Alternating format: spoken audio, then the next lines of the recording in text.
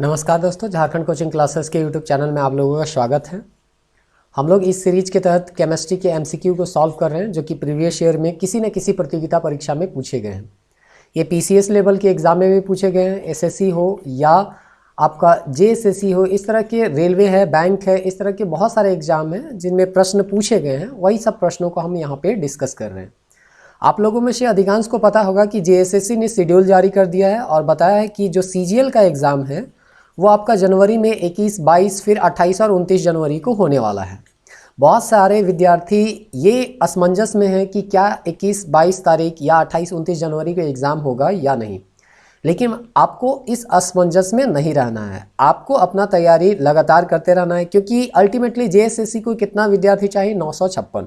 और 956 उसको लाखों में तो ऐसे मिल ही जाएंगे जो सीरियस रूप से पढ़ रहे हैं और अपने तैयारी को ज़्यादा से ज़्यादा मजबूत कर रहे हैं। तो आप इन सब बातों को ध्यान ना देते हुए अपने तैयारी पे फोकस कीजिए और जो भी सेक्शन आपका कमज़ोर है उसको और बेहतर करने का प्रयास कीजिए, क्योंकि कंपटीशन बहुत ज़्यादा टफ है।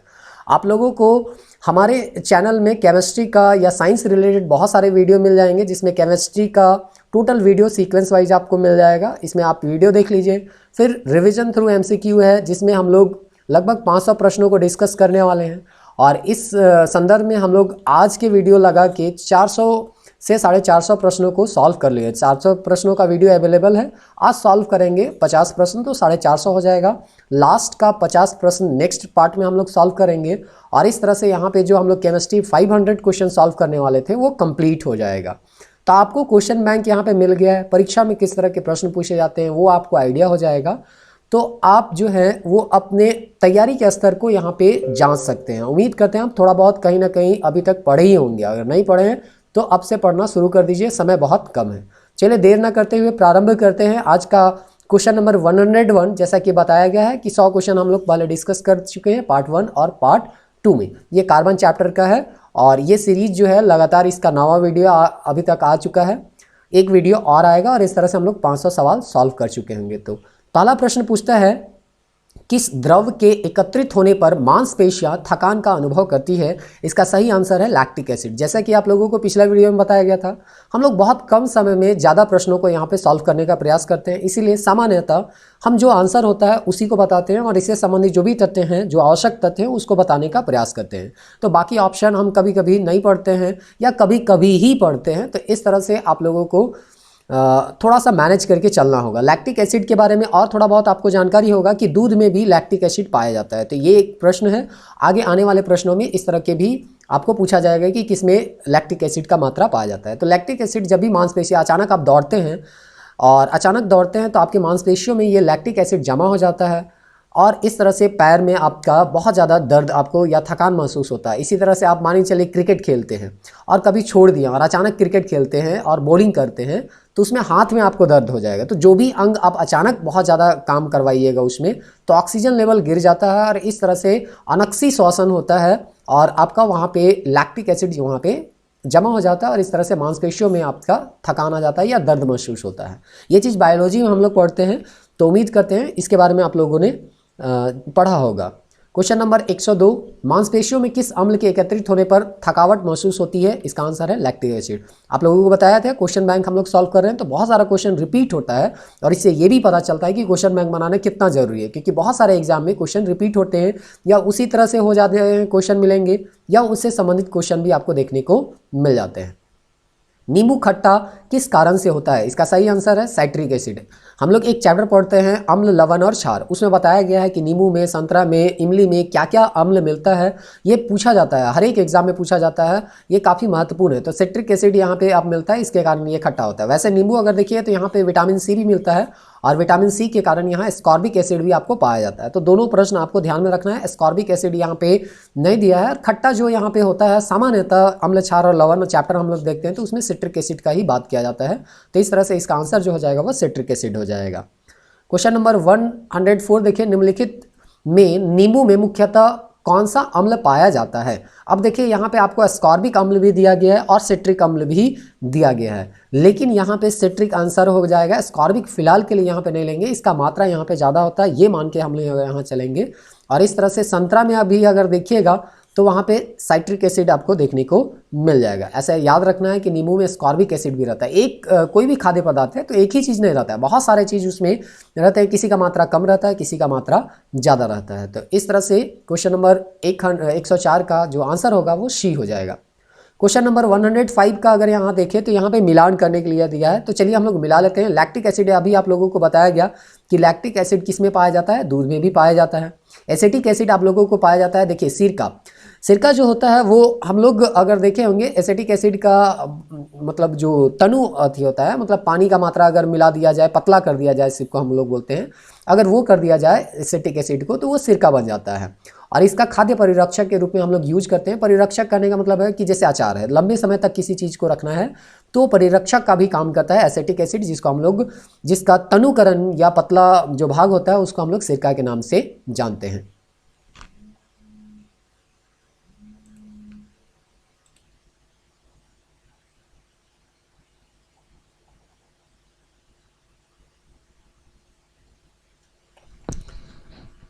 नेक्स्ट अगर हम लोग यहाँ पे मिलाते हैं तो सिट्रिक एसिड है, जैसा कि अभी तुरंत बताया गया, नींबू में यहाँ पे मिल जाता है। ब्यूटाइनिक एसिड जो लास्ट में बच गया, ब्यूटायरिक एसिड जो है वो दुर्गंधयुक्त मक्खन में मिलता है। तो इसके बारे में हम लोग नहीं भी पढ़े थे, तो बाकी अगर 3 गो या 2 गो भी जानते हैं तो इसका आंसर तक आप पहुँच सकते थे। और इस तरह से इसका जो सही आंसर हो जाएगा वो ऑप्शन डी हो जाएगा। अगला प्रश्न जो है उसमें पूछा गया है कि कौन सही सुमेलित नहीं है। बार बार बताया जाता है कि आप ध्यान दीजिए कि सुमेलित पूछा है या सुमेलित नहीं है। तो जस्ट अभी हम लोग पढ़े एसिटिक एसिड जो होता है वो उसमें सिरका होता है, दही तो आपका लैक्टिक एसिड होता है दही में, इसीलिए ये चीज़ मिला हुआ नहीं है। आंसर जो हो जाएगा वो सी हो जाएगा। क्वेश्चन नंबर 107 देखें तो यहाँ फिर से मिलाने के लिए दिया गया है और इसमें हम लोग मिलाने का प्रयास करते हैं। जैसे अभी अचार के बारे में बताया गया कि ये परिरक्षक के रूप में यहाँ पे इसको अचार को लंबे समय तक हम लोग रखते हैं, तो परिरक्षक के रूप में अभी आप लोगों को बताया गया कि सिरका का यूज करते हैं जो कि एसिटिक एसिड से बनता है। तो इस तरह से इसका ऑप्शन हम मान के चलते हैं कि ये 2 होगा। या नहीं तो आप दूध के बारे में जानते हैं, दूध तो बहुत कॉमन है कि इसमें लैक्टिक एसिड पाया जाता है। सेब में मैलिक एसिड पाया जाता है, ये भी अम्ल क्षार और लवण वाला चैप्टर देखिएगा तो वहाँ आप लोगों को बताया गया था। शीतल पेय में आपको कार्बोनिक अम्ल यहाँ पे मिलता है। तो इस प्रकार से यहाँ क्वेश्चन नंबर 107 का जो आंसर हो जाएगा या ऑप्शन हो जाएगा वो ऑप्शन बी हो जाएगा। क्वेश्चन नंबर 108 में देखें तो निम्नलिखित में कौन सा कार्बनिक अम्ल अंगूर, इमली और केला में प्रचुर मात्रा में विद्यमान रहता है, और इसका सही आंसर हो जाएगा टार्टेरिक एसिड। टार्टेरिक एसिड का हम लोग जो होता है खाने का सोडा में भी इसका प्रयोग करते हैं, तो ये भी आपको पूछा जाता है, तो इस चीज़ को भी आपको याद रखना चाहिए। खाने का सोडा जो होता है उसमें टार्टेरिक अम्ल मिला देने पे उसका जो कड़वापन होता है वो समाप्त हो जाता है।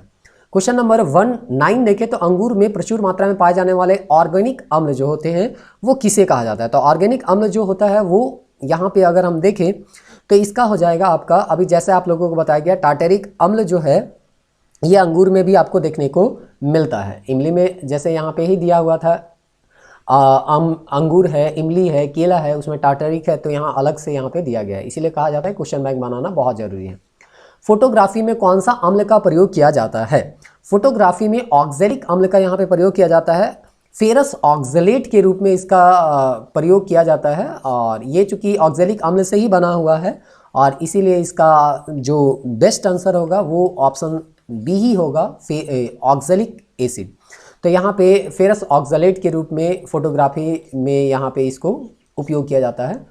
क्वेश्चन नंबर 111 में यहाँ पे देखें तो बोलता है निम्नलिखित अम्लों में किसको बेकिंग पाउडर के निर्माण में उपयोग किया जाता है।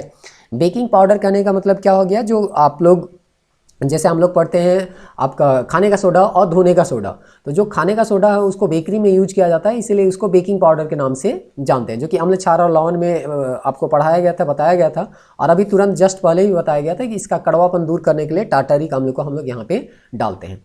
सिरका निम्न में से किसका एक जलीय घोल है, ये तो बार बार रिपीट हो चुका है, एसिटिक एसिड का जलीय घोल को हम लोग सिरका कहते हैं। अगला प्रश्न अगर हम देखें तो 113 में सिरके में कौन सा अम्ल पाया जाता है, एसिटिक एसिड। अगर एक आप जानते हैं तो बहुत सारा घुमा फिरा के आपको प्रश्न पूछा जाएगा जिसका आंसर देना आप लोगों के लिए काफ़ी आसान होगा।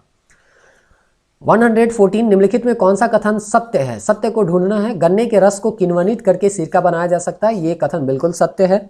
दूसरा कथन देते हैं सिरके में एसिटिक अम्ल उपस्थित होता है, ये भी हम लोग देख लिए। सही है। सिरके में उपस्थित अम्ल बेंजोइक अम्ल होता है। जब यहाँ पे सही बोल चुके हैं एसिटिक एसिड, तो बेंजोइक एसिड तो होगा नहीं, सामान्यतः इसमें नहीं पाया जाता है। सिरका एक परिरक्षक के रूप में यूज होता है। देखिए, खाद्य को लंबे समय तक रखना है तो परिरक्षक के रूप में यूज किया जाएगा। अभी जस्ट हम थोड़ा देर पहले आप लोगों को बताए थे, तो ये स्टेटमेंट भी सही हो जाएगा। आंसर हो जाएगा ए, बी और डी, यानी सी गलत था, बाकी सभी स्टेटमेंट सही थे। सिरका का रासायनिक नाम क्या होगा? एसिटिक एसिड से मिलने से बनता है, तो इसका रासायनिक नाम हो जाएगा एसिटिक अम्ल। देखिए, घुमा फिरा के एक ही सवाल को यहाँ पे अलग अलग एग्जाम में पूछा जाता है। क्वेश्चन नंबर 116 देखें तो निम्नलिखित गैस युग्मों में से किसका मिश्रण खान कहने का मतलब यहाँ पे जो कोयला खान होता है उस तरह के खानों में अधिकतर होने वाले विस्फोटों का कारण बनता है? तो मीथेन और वायु, फायर डैम के नाम से भी इसको हम लोग जानते हैं।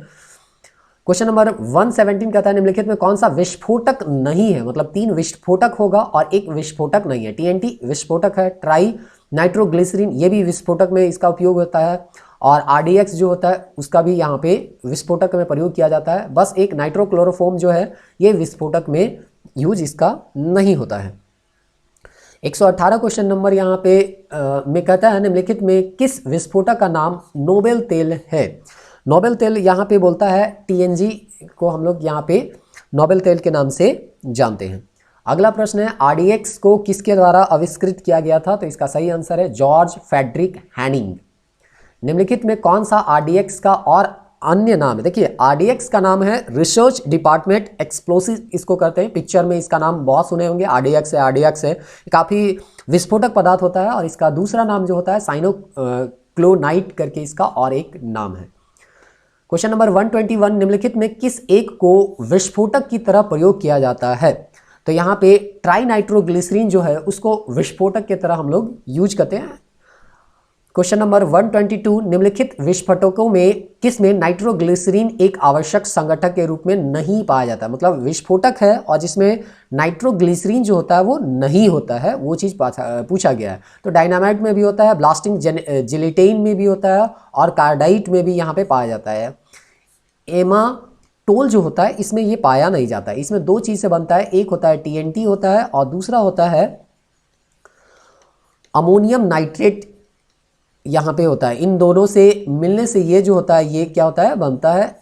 तो यहाँ पे आपका नाइट्रोग्लिसरीन जो होता है यहाँ पे नहीं होता है, एमाटोल। ये सब थोड़ा बहुत आपको जानना होगा, क्वेश्चन बैंक देखिएगा। तो यही सब फायदा होता है, 1-2 क्वेश्चन आप एज लेते हैं तो दूसरे से आगे बढ़ जाते हैं। डायनामाइट जिसका अल्फ्रेड नोबेल जो है इसको आविष्कार किए थे, इसका निर्माण किए थे, कि निर्माण में प्रयुक्त होने वाला रासायनिक जो केमिकल है वो क्या होता है? तो ग्लाइसरॉल ट्राइनाइट्रेट में इसका प्रयोग किया जाता है। डायनामाइट एक विस्फोटक है और इसको अल्फ्रेड नोबेल के द्वारा बनाया गया था।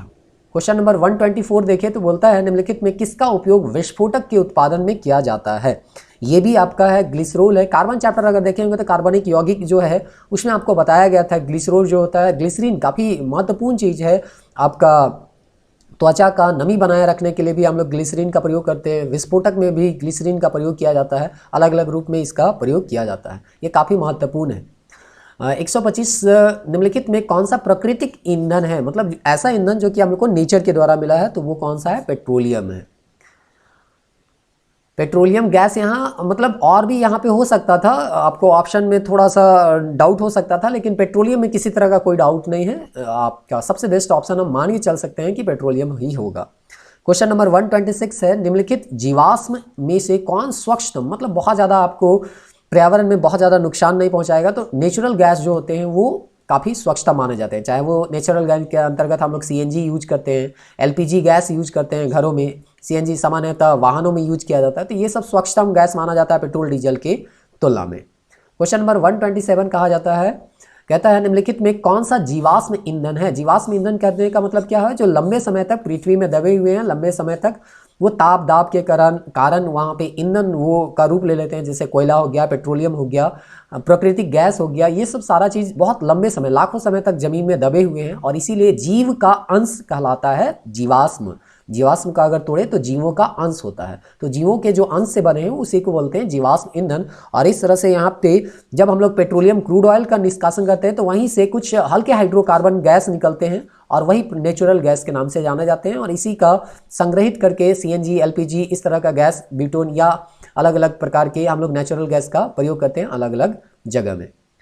कौन प्राकृतिक गैस का मुख्य घटक है? नेचुरल अगर गैस कहा जाए तो सबसे ज़्यादा या मुख्य घटक इसमें कौन पाया जाता है? तो एक्चुअली तो यहाँ पे थोड़ा कन्फ्यूजन हो सकता था, लेकिन बायोगैस में हम लोग को सामान्यतः मीथेन का यूज करते हैं। फिर सीएनजी जो गैस हम लोग यूज करते हैं उसमें भी 80 to 90% जो रहता है वो मीथेन गैस ही रहता है। एलपीजी में मीथेन गैस थोड़ा कम रहता है, प्रोपेन और ब्यूटेन जो होता है वो ज़्यादा होता है। तो हम मान के चलते हैं कि इसका ये आंसर जो होता है, आंसर भी दिया हुआ था ए, तो अभी फिलहाल के लिए हम लोग इसको ए मान सकते हैं। लेकिन इस तरह के प्रश्न को बनाने में थोड़ा बहुत कंफ्यूजन आता है, एग्जाम हॉल में कंफ्यूजन हो सकता है कि प्राकृतिक गैस में तो आपका मीथेन भी प्रयोग होता है, सीएनजी में प्रोपेन और ब्यूटेन भी होता है, ये बेंजीन तो होगा नहीं, तो ये अपने आप कट जाएगा। सामान्यतः इथेन वगैरह का भी थोड़ा बहुत प्रयोग देखने को मिल जाता है, इसलिए कंफ्यूजन हो सकता है। लेकिन आंसर जो है मीथेन है। मीथेन में गलती होने का चांस बिल्कुल नहीं होता है, क्योंकि सीएनजी में 80 to 90% जो होता है वो मीथेन गैस ही होता है। क्वेश्चन नंबर 129, निम्नलिखित में किस एक का अधिकतम ईंधन मान होता है? इग्निशन जो मान होता है वो सबसे ज़्यादा जो होता है वो किस में होता है, ये आपको पूछा जा रहा है। तो इसका सही आंसर हो जाएगा हाइड्रोजन का। ये काफ़ी ज्वलनशील गैस है और भविष्य का ईंधन के तौर पे भी हाइड्रोजन को हम लोग जानते हैं। ऑक्टेन संख्या, देखिए गाड़ी में नॉकिंग होता है, यानी आवाज़, गाड़ी जो है आवाज़ करने लग जाती है, वहाँ ठाई ठाई का आवाज़ आपका आता है। तो इस तरह का आवाज़ ना आए और इसीलिए पेट्रोल का ऑक्टेन संख्या को यहाँ पे बढ़ाया जाता है। और इस तरह से इसका बहुत आसान है। ऑक्टेन संख्या की गुणवत्ता किस में हम लोग मानते हैं? तो पेट्रोल में मानते हैं। निम्नलिखित में मुख्यतः किसके लिए C10 संख्या होता है? तो देखिए C10 और ऑक्टेन थोड़ा सा यहाँ पे दोनों में डिफरेंस है। जो ऑक्टेन होता है वो परफॉर्मेंस ऑफ फ्यूल को देखता है, मतलब फ्यूल का क्या परफॉर्मेंस है, तेल का क्या परफॉर्मेंस है, उसको वो बताता है। और यहाँ पे जो C10 संख्या होता है वो डिले ऑफ इग्निशन फ्यूल होता है, कि इग्निशन में कितना डिले हो रहा है, ये चीज़ को यहाँ पे बताता है। तो थोड़ा थोड़ा बेसिक अंतर है C10 और आपका ऑक्टेन में। दोनों आपका पेट्रोल डीजल से ही संबंधित है, तो यहाँ पे लेकिन C10 ज़्यादातर जो देखा जाता है, या आंसर भी यहाँ पे अगर सेट में देखा जाए तो सेट में आंसर इसका भी डीजल देता है, पेट्रोल नहीं देता है। पेट्रोल में सामान्यतः C10 संख्या का हम लोग देखने का प्रयास करते हैं, या वहाँ पे देखा जाता है, जिसको प्रीमियम ऑयल के तौर पे भी हम लोग कभी कभी जानते हैं, जिसमें ज़्यादा जो आम तेल है उससे थोड़ा सा 4 रुपया 6 रुपया वो महंगा तेल मिलता है हम लोगों को। डीजल इंजन में प्रयुक्त ईंधन है, ये बहुत आसान है, डीजल की वाष्प और वायु। खाना बनाने में प्रयोग की जाने वाली गैस कौन सा होता है? Carbon dioxide, carbon monoxide, methane और नाइट्रोजन और ऑक्सीजन गैस का मिश्रण। तो इसका सही आंसर हो जाएगा आपका मीथेन गैस होता है। मीथेन गैस, अब देखिए खाना बनाने में यहाँ पे एलपीजी गैस के बारे में बोला है कि नहीं बोला है, ये देखो, क्योंकि एलपीजी में मीथेन का मात्रा तो कम रहता है, तो इसको हम लोग मान लेते हैं बायोगैस। और बायोगैस जो होता है उसका खाना बनाने सब में प्रयोग किया जाता है। तो बायोगैस में भी मीथेन का संख्या जो होता है ये काफ़ी ज़्यादा होता है, या मात्रा हम कहें तो काफ़ी ज़्यादा होता है, और इसीलिए हम लोग मान के चलते हैं इसका सही आंसर जो होगा वो मीथेन होगा। बायोगैस में मुख्यतः क्या होता है, जस्ट अभी आप लोगों को बताया गया क्या होता है, कार्बन डाइऑक्साइड होगा और मीथेन का यहाँ पे मात्रा होता है, जिसको पाइपलाइन के द्वारा घरों तक भी पहुँचाने का यहाँ पे ये प्रयास किया जा रहा है। गोबर गैस में मुख्यतः कौन से तत्व होते हैं? गोबर गैस एक बायोगैस का ही उदाहरण हम लोग ले सकते हैं, तो इसमें भी मीथेन होता है। एक बायोगैस संयंत्र में निम्नलिखित में कौन सी प्रक्रिया होती है? किण्वन क्रिया होता है। मतलब किण्वन मतलब अगर सामान्य भाषा में अगर कहा जाए तो सड़ना, गलना, सड़ाना और गलाना, इस तरह से यहाँ पे इसको हम लोग ले सकते हैं। क्वेश्चन नंबर 137, निम्नलिखित में किसने गोबर गैस प्रणाली का आविष्कार किया? देखिए इसका आंसर हो जाएगा डॉक्टर SV देसाई। इस तरह के भी फैक्चुअल प्रश्न आपको पूछे जाते हैं। ये 1941-42 के आसपास में इसको खोजा गया था, या इनके द्वारा बताया गया था कि बायोगैस कैसे बनाया जा सकता है। एलपीजी का मुख्य अवयव क्या है? यानी एलपीजी जो है वो किससे मिलकर बने हैं? तो ईथेन से मिलते हैं, प्रोपेन से मिलते हैं और ब्यूटेन से, जैसा कि अभी आप लोगों को बताया गया। वहाँ कन्फ्यूजन होता है कि और ये प्राकृतिक गैस ही है, तो इसीलिए कभी कभी कन्फ्यूजन हो जाता है कि मीथेन को मारे कि ईथेन या प्रोपेन या ब्यूटेन हो जाएगा। अगर चारों ऑप्शन देता है तो थोड़ा सा दिक्कत हो जाता है कि ऑप्शन सही आंसर क्या है। लेकिन यहाँ एलपीजी पूछ रहा है, तो एलपीजी में सामान्यतः मीथेन बहुत कम रहता है मात्रा में, या नहीं कि मात्रा में भी रहता है, अलग अलग गैस में अलग अलग कभी कभी रेशियो रहता है, लेकिन सामान्यतः आपको ईथेन, प्रोपेन और ब्यूटेन देखने को मिलता है। इसका भी प्रोपोर्शन जो होता है कोई जरूरी नहीं कि फिक्स हो, कभी किसी का ज़्यादा रहता है, कभी किसी का कम भी रहता है। अगला प्रश्न है, एलपीजी का मुख्य आधार घटक क्या है? देखिए यहीं पे आपको आप ढूंढने के लिए कह रहा है कि इसमें सबसे ज़्यादा जो होता है बेसिक यहाँ पे क्या होता है, तो इसका आंसर दे देता है ब्यूटेन। जबकि अभी हम लोग जब किताब में या नोट्स में पढ़ते हैं तो ईथेन और प्रोपेन भी पढ़ते हैं, लेकिन यहाँ ईथेन और प्रोपेन आंसर नहीं होगा, यहाँ ब्यूटेन आंसर होगा। तो इस तरह से यहाँ पे अगर हम देखें तो देखिए एलपीजी गैस में दो कंडीशन हो सकता है। 60% आपका प्रोपेन होता है, कभी कभी प्रोपेन हो जाएगा, और आपका 40% जो रिमेनिंग रहेगा वो ब्यूटेन हो जाएगा। ये एक रेशियो होता है। दूसरा रेशियो ये होता है कि यही ब्यूटेन का मात्रा जो है वो हम 65% कर दें और प्रोपेन का मात्रा जो है वो 35% कर दें, तो रेशियो चेंज होते रहता है। लेकिन सामान्यतः यहाँ पे चूंकि हम लोग ये वाला रीजन देख के बताया गया था, नेट में भी देखिएगा तो 2 प्रोपोर्शन आपको दिखाता है, तो इस तरह से हम लोग मान के चलते हैं कि ब्यूटेन आंसर है। तो ये सब में थोड़ा सा कन्फ्यूजन होता है, 2-4 ऑप्शन क्वेश्चन है जिसमें ऑप्शन ढूंढने में थोड़ा परेशानी आपको हो सकता है, लेकिन एक बार क्वेश्चन बैंक बनाए हुए रहिएगा तो पता चलता है कि इसका आंसर अगर ब्यूटेन दिया है तो आने वाले समय में भी इस तरह के प्रश्न आए तो मान के हम लोग चलेंगे कि ब्यूटेन को ही वो उन लोगों ने भी आंसर माना होगा। क्वेश्चन नंबर 140 देखता है घरेलू ईंधन के रूप में प्रयुक्त एलपीजी मुख्यतः क्या होती है। तो घरेलू ईंधन के रूप में जो एलपीजी होता है उसमें पूछा जा रहा है सामान्यतः क्या पाया जाता है। तो देखिए इथेन होता है, प्रोपेन होता है, ब्यूटेन होता है, यहाँ आंसर दिया है सभी। तो देखिए कहीं पे सभी दे देता है, कभी कभी छांटने के लिए दे देता है, तो इस तरह से परेशानी तो स्टूडेंटों के साथ हमेशा बना रहता है। लेकिन क्वेश्चन बैंक बनाइएगा तो आधा परेशानी आपका यहीं पे सॉल्व हो जाएगा, एग्जाम हॉल में आपको बहुत ज़्यादा परेशान होने की आवश्यकता नहीं होगी। क्वेश्चन नंबर 141 है घरेलू ईंधन के रूप में प्रयुक्त एलपीजी का मुख्यतः होता है। अब देखिए फिर से यहाँ पे पूछा गया है कि एलपीजी जो होता है उसमें अब यहाँ छांटना है तो ब्यूटेन आप छांट लीजिए मोटा मोटी, क्योंकि मीथेन तो होगा नहीं, एसिटिलीन और इथिलीन ये भी नहीं होगा, आपका ब्यूटेन ही होगा। इंडियन गैस जो होता है, इंडियन जैसे भारत गैस होता है, इंडियन गैस होता है, अलग अलग गैस होता है, तो इसमें जिसको हम लोग सामान्यतः एलपीजी लिक्विड पेट्रोलियम गैस के नाम से हम लोग जानते हैं, किसका मिश्रण है ऐसा यहाँ पे पूछा जा रहा है। तो ब्यूटेन और प्रोपेन का यहाँ पे मिश्रण है, बाकी और कोई भी यहाँ पे आपको मिलेगा नहीं। ऑक्सीजन यहाँ ब्यूटेन ऑक्सीजन दिया है, मीथेन ऑक्सीजन दिया है, ब्यूटेन और हाइड्रोजन, लेकिन सबसे बेस्ट ऑप्शन जो होगा वो ब्यूटेन और प्रोपेन होगा। फिर से यहाँ पे मिलाने के लिए दिया जा रहा है, चलिए मिला लेते हैं। सीएनजी गैस में सामान्यतः क्या पाया जाता है, मीथेन और इथेन होगा। मीथेन का मात्रा सबसे ज़्यादा रहता है, 80 to 90% आपको सीएनजी में मीथेन ही मिलेगा। एलपीजी अगर हम गैस देखें तो एलपीजी में आपको क्या मिल जाएगा, ब्यूटेन और प्रोपेन। इथेन भी मिलता है, अभी हम लोग देखे थे। कोल गैस अगर हम यहाँ पे देखें तो कोल गैस में आपको हाइड्रोजन, मीथेन, कार्बन मोनोऑक्साइड वगैरह मिल जाएगा जो कि खान में मिलता था उस तरह से। उसके बाद वाटर गैस अगर हम यहाँ पे देखें तो कार्बन मोनोऑक्साइड और हाइड्रोजन को वाटर गैस के नाम से जानते हैं। ऑप्शन मिलाइएगा तो इसका सही बेस्ट ऑप्शन जो होगा या सही आंसर जो हो जाएगा वो ऑप्शन सी हो जाएगा। क्वेश्चन नंबर 144 है, थोड़ा लंबा है, पढ़ते हैं। तरलीकृत पेट्रोलियम गैस जिसको हम लोग एलपीजी लिक्विफाइड पेट्रोलियम गैस के नाम से जानते हैं का प्रमुख घटक मीथेन है, क्या ये सही है? अभी आप लोगों को तुरंत बताया गया कि ये मीथेन नहीं है। एलपीजी गैस में हम लोग ब्यूटेन, प्रोपेन ये सब आपको देखने को मिलता है, या इथेन भी आपको देखने को मिलता है, तो ये स्टेटमेंट तो आपका गलत हो गया, कथन गलत है।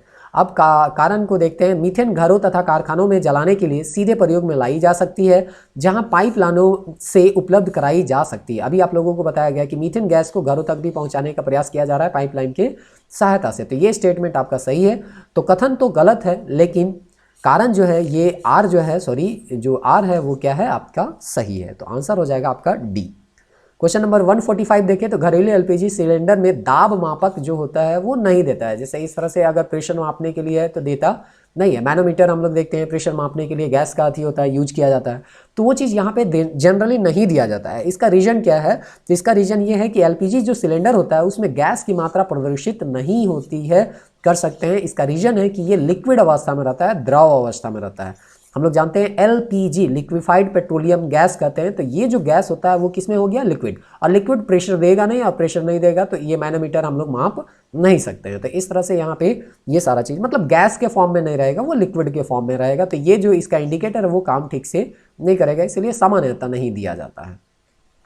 सिलेंडर में भरकर खाना पकाने वाले गैस की आपूर्ति किस रूप में की जाती है? देखिए वहीं पे पूछा गया तरल, तो एलपीजी ही मान लीजिए, सिलेंडर में भर के क्या देता है, एलपीजी गैस, और ये लिक्विड, नाम में ही लिक्विड है तो लिक्विड होगा। सीएनजी गैस कितना आसान है, compressed natural gas, full form ही केवल पूछ दिया। स्वचालित वाहन में प्रदूषण नियंत्रण हेतु प्रयुक्त सीएनजी गैस का में मुख्यतः कौन उपस्थित रहता है? अभी बताया गया मीथेन गैस सबसे ज़्यादा 80 to 90% जो होता है सीएनजी में होता है। देख रहे हैं आप लोग, अगर यहाँ पे क्वेश्चन बैंक आप बनाए होंगे, बस एक ही चैप्टर आप देखिए कितना क्वेश्चन रिपीट होता है, बस थोड़ा थोड़ा अंतर रहता है, बाकी क्वेश्चन आपका रिपीटेड होते रहते हैं। अगला प्रश्न यहाँ पे अगर हम देखें तो काफ़ी लंबा प्रश्न है, पढ़ने का प्रयास करते हैं। द्रवित प्राकृतिक गैस को अत्यधिक शीत ताप तथा उच्च दाब में द्रवित किया जाता है, जिसमें विशेष रूप से अभिकल्पित पात्रों में उसका संग्रहण अथवा परिवहन सुसाध्य हो सके। ये स्टेटमेंट बहुत कठिन करके लिखा हुआ है, लेकिन ये स्टेटमेंट जो है वो सही है। चलिए ठीक है, ये सही है कि नहीं, अगर नहीं भी पता है तो देखिए आंसर कैसे हम लोग पहुंच सकते हैं। भारत में एलपीजी टर्मिनल हासन में निर्मित हुआ है, हासन में नहीं हुआ है, ये दाहेज गुजरात में एक जगह है दाहेज, वो गुजरात दहेज नहीं है, दाहेज है। तो ये जो है सॉरी यहाँ पे गुजरात हो जाएगा, गुजरात। तो ये दहेज में ये है। और इस तरह से अगर स्टेटमेंट अगर जान रहे हैं कि 2 गलत है तो ऑप्शन सी कट जाएगा और ऑप्शन डी आपका कट जाएगा। यानी क्लास होगा आपका 1 और 3 में। तो 3 में देख लेते हैं क्या है। एलपीजी गैस से प्राकृतिक गैस द्रवों का पृथकीकरण किया जाता है जिसमें ईथेन, प्रोपेन और ब्यूटेन तथा प्राकृतिक गैसोलीन सम्मिलित है। तो ये जो होता है आपका बोला गया है एलपीजी में इसको क्या किया जाता है, गैस पृथकीकरण किया जाता है, द्रव्यों का पृथकीकरण किया जाता है। इसमें ईथेन, प्रोपेन और ब्यूटेन का प्राकृतिक गैसोलीन सम्मिलित है। तो ये स्टेटमेंट गलत हो जाएगा क्योंकि इससे ही एलपीजी बनता है। ये तीनों के मिलने से ही एलपीजी बनता है, इसको पृथक किया नहीं जाता। इसीलिए हम यहाँ पे आंसर मान के चलते हैं केवल 1 होगा। इसका सही आंसर केवल 1 होगा। गैसोहोल क्या होता है? तो गैसोहोल जो होता है अल्कोहल, जिसको एथिल अल्कोहल या इथेनॉल के नाम से जानते हैं, और पेट्रोल जो होता है उसका जो रेशियो होता है या उसको मिलाया जाता है, जो कि अभी 20% तक मिलाने के यहाँ पे बात चल रहा है, तो वो जो होता है उसका मिश्रण गैसोहोल के नाम से इसको हम लोग जानते हैं। तो आज हम लोग फिर से 50 सवाल यहाँ पे सॉल्व कर लिए हैं। अब बाकी जो रिमेनिंग आपका 50 सवाल यहाँ पे बचा हुआ है उसको भी हम लोग यहाँ पे सॉल्व करने का प्रयास करेंगे। तो बने हुए झारखंड रहे जो कोचिंग क्लासेस के यूट्यूब चैनल में। जय हिंद, जय झारखंड।